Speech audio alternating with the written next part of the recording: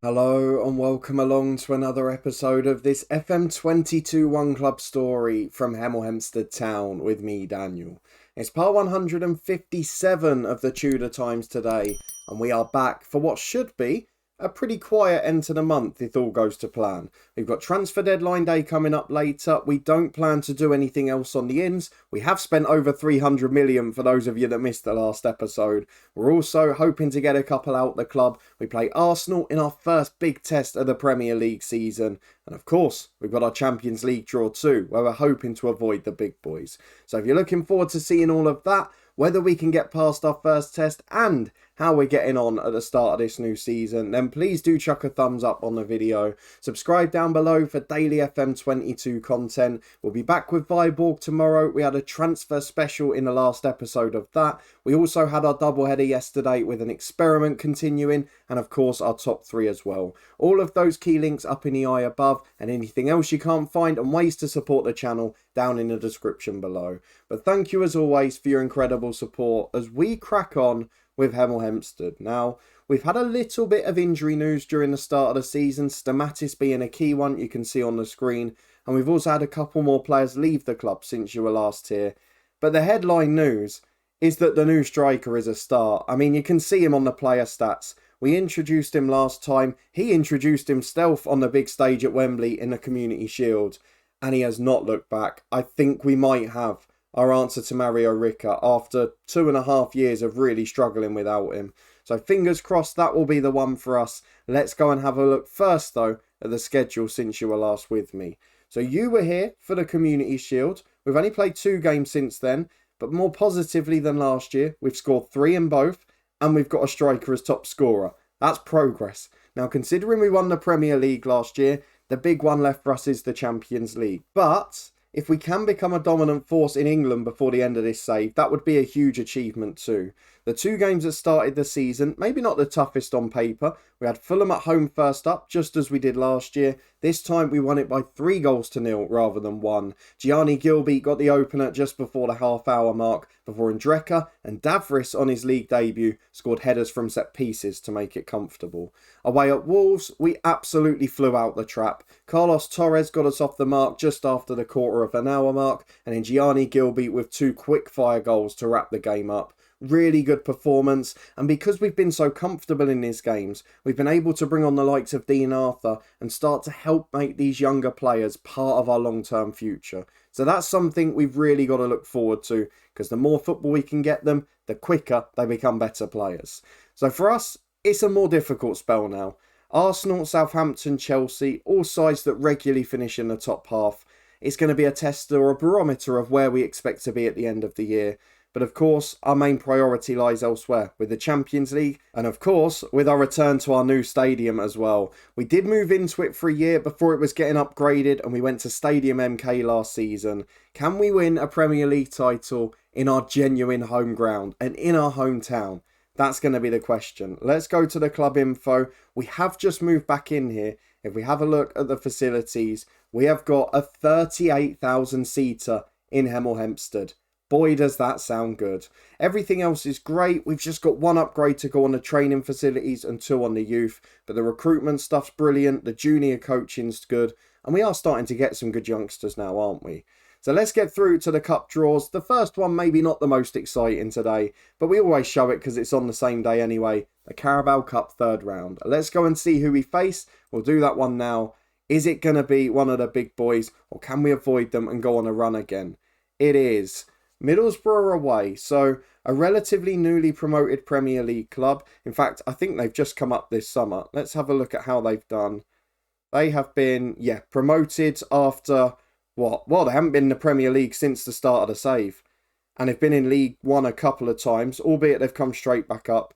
But they're finally a Premier League team. Callum Davidson in charge. That's going to be a winnable game, but still a difficult test for a rotated side. My club, Luton Town, have got Arsenal away as well. What a draw that is for them. So definitely some big money being made there. But for us, it's not the most exciting draw. Let's move ahead to the Champions League one, see who we get in that. Should we be in pot 1 now as well? We've made the knockouts 3 years in a row. We'll skip ahead and find out, and then it's on to Arsenal. Champions League group stage time. We've picked up an injury to Ahmed Zarouk incidentally, just a couple of weeks, but we'll miss the Arsenal game. Now let's see who we get as we are in pot 1.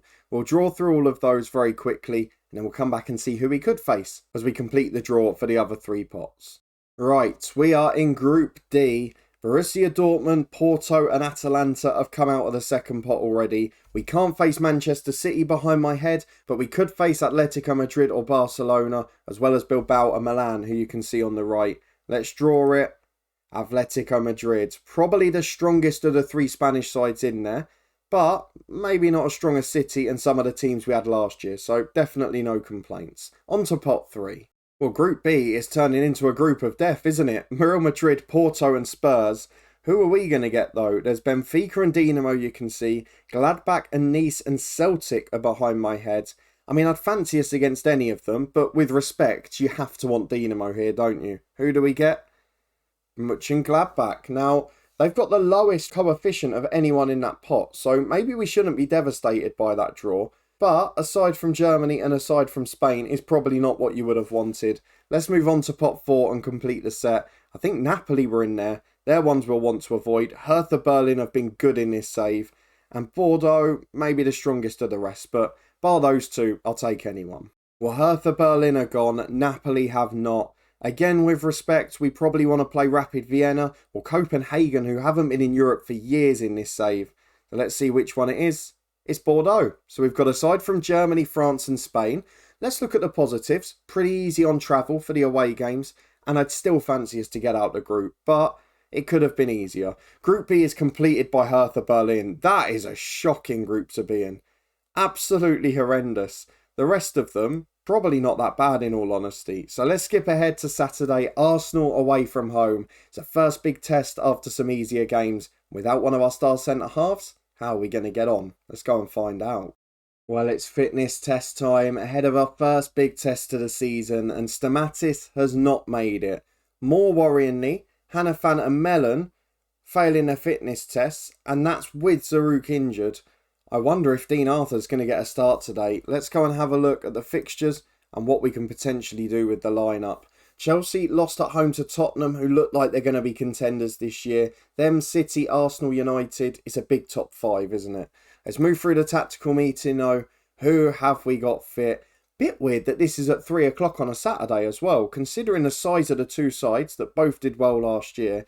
Fatos is signed for Arsenal, the man from Real Madrid who we looked at for years. They've still got Haruna, who of course was on loan here many years ago. But we're going to get through to this. It has to be a good performance. We can't just wilt. We need to get revenge for them making it tense at the end of last season. But who are we going to play centre-half? We either go for Hannafan despite failing the fitness test, because I still think he's got a chance of being alright. We've got Dean Arthur, who is potentially brilliant, but maybe this is a bit too early for him. Or we've got De Vita, who's not naturally a centre-half, but is still a very good footballer. I'm going to go for Dean Arthur. I'm going to do it. He goes right centre-half. He's a good footballer. Look, he's going to have to come through at some point. So this is going to be the day. Hannafan could have been our man, but he's not fit enough. And I don't want to take risks and then get him out for weeks as well. Srubek back onto the bench for Anders. Mellon back onto the bench for Zarouk. And then Moore or Murillo is the other question.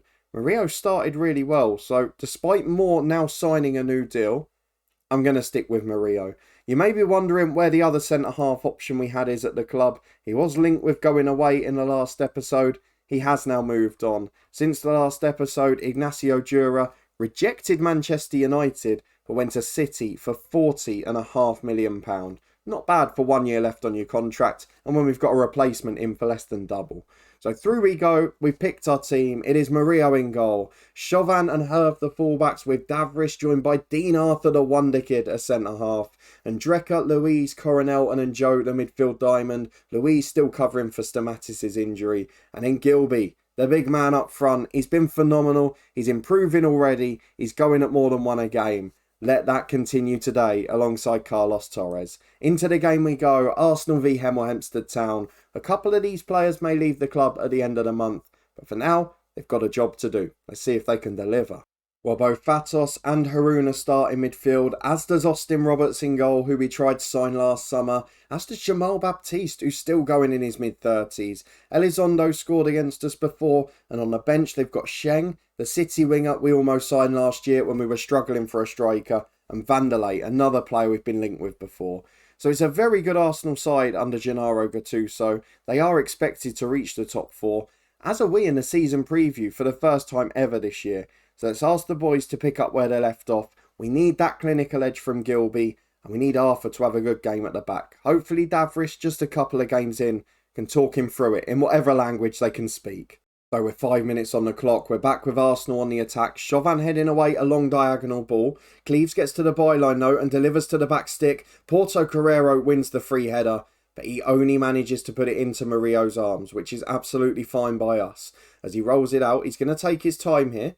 Plays it to Dean Arthur, getting him a touch on the ball, the youngster, who lays it off to Louise. It's a very inexperienced side of the team that, though Gilby lays off to Njo, got the power to get in behind. Gianni Gilby, it's a great save. Roberts down to his right, gets a strong hand to it. You don't often see good saves in the animation engine, but that one definitely falls into that category. First shot on target, you see his threat already, lays it off and can just go and beat virtually anyone. But he doesn't take the chance. 0-0, but we have had the best chance of the match. 5 minutes to the break. It's an Arsenal corner. It's been a nothing half of football, really. One chance each we've seen on camera. Not many efforts on goal at all. It's cagey. It's what we expect it to be. As Vicente, from the right, tries to switch it. Chauvin heads away to Gilby. Can he break again? No. Forced back to Arthur. Not having a good game according to the ratings, but lays that one back to Murillo. And Davris wide to Herve. Chance to bring it forward here, down the left-hand side. Plenty of support, goes alone, plays through to Collins and Joe. Not scored yet this season. And a width of a post away from doing it now, as Gilby almost slide challenges the defender on his way out. He's a monster at pressing. He works hard, he gets on the forward line, and he just pushes everyone. You can see the threat he's got. As we're now finishing the half stronger, we don't want half time to come, and Joe holds the ball up for Louise. Through ball to Njo again, got to score, hits the post again. Twice in 2 minutes. That's just misfortune. You can say what you want about not taking chances, about players not being ruthless enough. You hit the post twice in 2 minutes, you're unlucky. I don't care who you are. 50% possession, pretty level on the stats. It's probably a fair score overall, but on the basis of that last 5 minutes, we're probably frustrated not to be ahead. As Murillo's got the ball at the back again, lays out to Davris. Can we start the half on fire with Herve on the left-hand side? Gotta say as it is, it wouldn't be a bad result this, though Gilby holds up. Goes for the shot himself. Hits the post again. 30 yards out. It's a wonderful effort. But we have now hit the woodwork 3 times. This is so unlucky at the moment, as Chauvin's got a throw on the right to Gilby. Big ball in towards Njo. Header away as far as Coronel and Torres. Wide to Herve, who's a threat on his left. Chance to get the crossing from the byline. Torres in there. Great block by Henan at the front post. Keeper wasn't getting there if he missed it. It's a wonderful block, and it stays 0-0. But how? We've had the better chances now. You've got to make them count. And we've got to think about subs, because both centre-halves are struggling. Coronel struggling. Gilby and Torres haven't had great games, but I think that's just the missed chances. Let's go and make the subs. Coronel is knackered. Alberto Vass on for him. We're going to take off Dean Arthur for Hanifan, who I hope can do 20 minutes. And then up front, I'm leaving Gilby on. He's such a threat. Torres replaced by Srubeck. Last year's top scorer. Can he deliver the hammer blow here? 10 minutes remaining. It becomes a battle of fitness. It becomes a battle of big chances. We're going to drop to balance to make sure we don't throw this away. I don't know why our centre-halves have got such a poor rating when we're keeping a clean sheet. I know we might not end up doing so now, but it does seem a little bit odd. They've not carved us open and had tons of chances. It's a very strange dynamic, unless they've been poor on the ball, of course. As Ferguson in, this is the goal, isn't it? Great challenge from Hanifan. Who said he wasn't fit? That is wonderful last-ditch defending, because that time we were carved open and he saved us. Chauvin heads away the corner and Drecker will chase and get there. We've got 2 up with him in support. This is a chance. Through ball towards Srubeck's poor though. Should have done better. Should have been a goal. It's going to be a pretty boring 0-0. Both sides level on the stats. We saw maybe a few more chances in our favour in the highlights. But to be honest, considering what we did at the end of last year where we collapsed at home to them, That's a really good result. We've played against 3 sides, we've beaten the 2 we expect to very comfortably, and we've been rock solid at the back in this one. That without our best centre-half too. Very, very happy with that, despite the lack of goal. We'll tell the lads in the dressing room, I thought they were quite unlucky. Look, we hit the woodwork 3 times, but a really good performance. We looked well a match for Arsenal and were able to play in a positive way, which away from home against those big boys, we have not been able to do before. We are as good as anyone, and I'm starting to believe it here. It is transfer deadline day here in the Premier League. There are some weird deadline day rumours going. Class on loan to Liverpool, I can't see happening. PSG loaning Stamatis isn't going to happen. But there are some other issues that have to be sorted because we've still got one more striker than we need. And we've still got a couple of players who I'm not entirely sure on. I don't think anyone's coming in, but the outs could be spectacular. Let's have a look at who's linked with leaving the club. Stamatis, Martin and Azoma. Now Azoma is one I would probably consider. Very good player, not a great one. Him or Anders, ideally leave the club. Carlos Martin, I'd consider offers for, but it'd have to be a good one because we haven't got a star to replace him. In terms of ins, we've been linked with this Arlin Hushi for a while. He's a star, honestly. It was him or Davris in the summer and I went for the cheaper one, but he could be a solution longer term as well. Just a shame he's a little bit injury prone. The other 2 we're linked with is Ozdemir, a centre-half at Liverpool, who is one of the best in the world, but they don't want to let him go. And then Fabian Silveira from Manchester United. 22-year-old Uruguayan defender. Brilliant physically, but again, first team. They're not going to let him go on loan. Where does this weird defensive loan thing come from this season?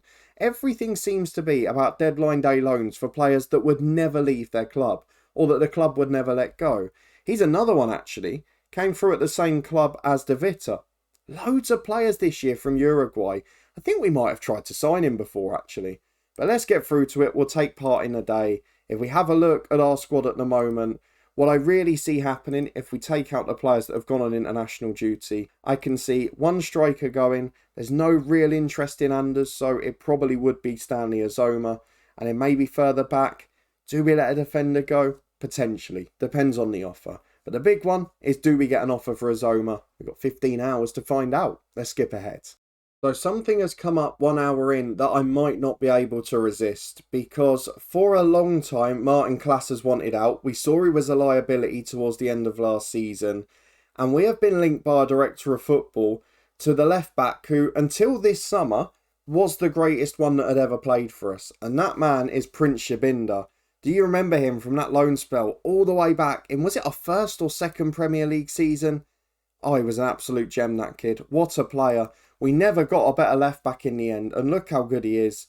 Wonderful player, would be a solid backup, but at 29, 50 million would be a lot, which is why I'm then looking here at Dave Hodgson to fill the homegrown quota. A player trained in England, versatile at left back and centre half, 6'4", and available for a nominal fee with a nominal wage. So, looking at backup left back, if we get an offer for Klaas, I'll probably take it and try and sign Hodgson instead, because this guy, definitely worth the money, wants 30 grand a week and a 20 million deal. We could make a huge profit here.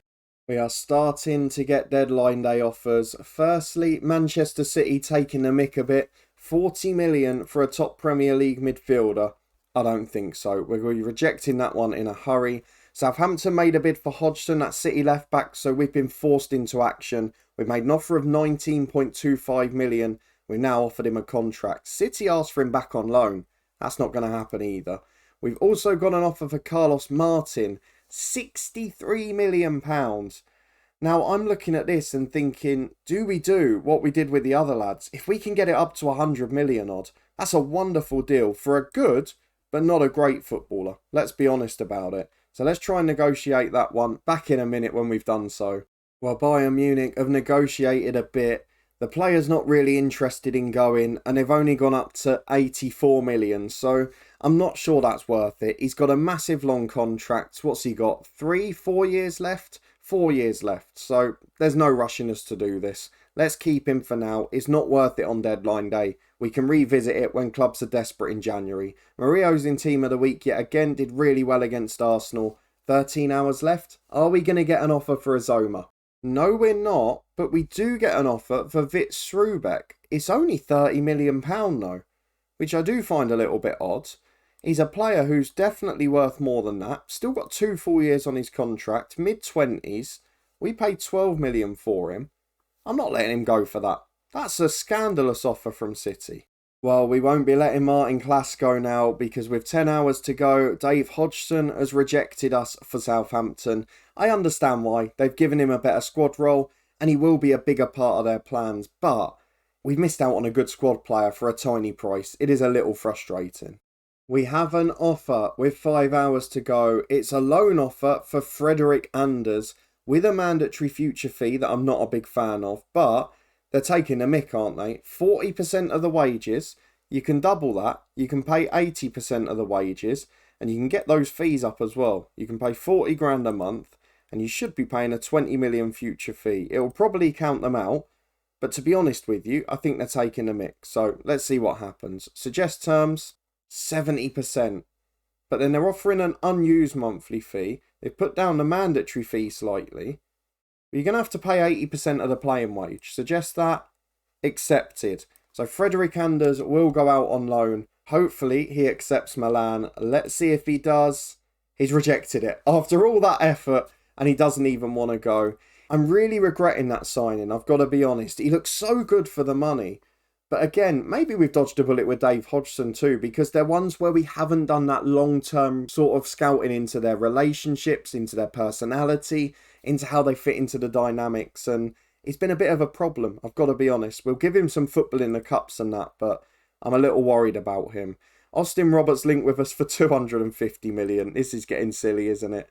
Let's get through the news conference. We've got 4 hours to go.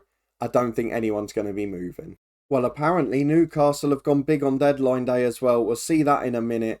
No real big deals on deadline day. Our work was done earlier in the window. 3 enormous signings, which you see on the screen there.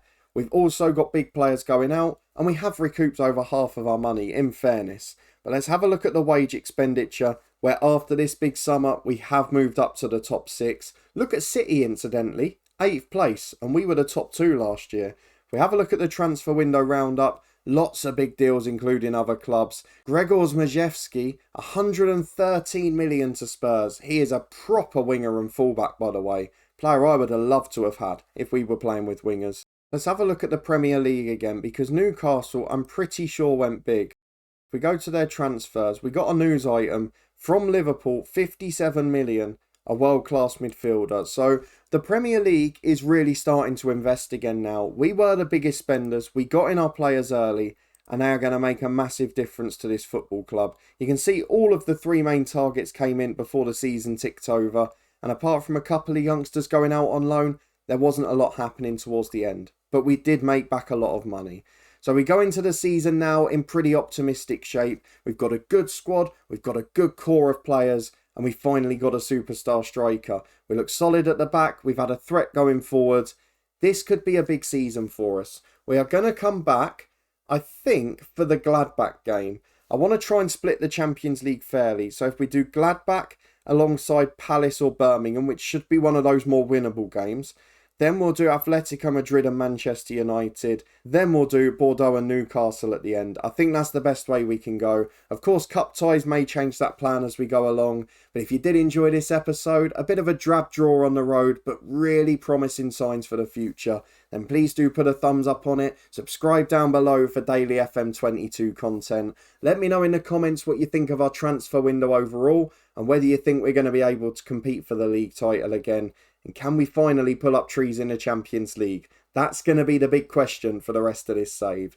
If you want to stay up to date with everything else, it is up in the eye above, including the latest episode of Top 3, our experiments, and Viborg 2. Keep your eyes peeled later this week for F1 Manager 22. Can't wait to get my hands on that one. And the World Cup sticker book's out in a couple of days too, so it's going to be a busy week over here for sure. A massive thank you for watching though, and your continued support as always. It is greatly appreciated. And I'll see you again next time with Hemel Hempstead Town as we start our assault on the Champions League trophy.